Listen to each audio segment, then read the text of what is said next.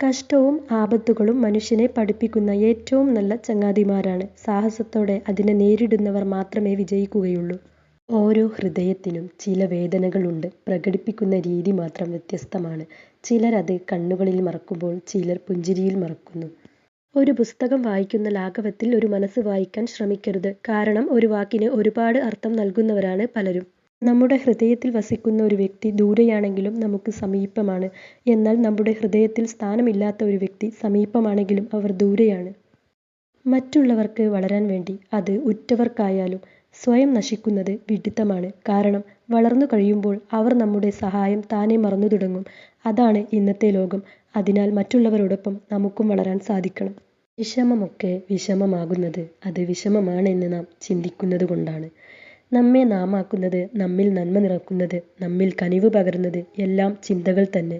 ചിന്തകൾ മൂല്യമുള്ളതാകട്ടെ.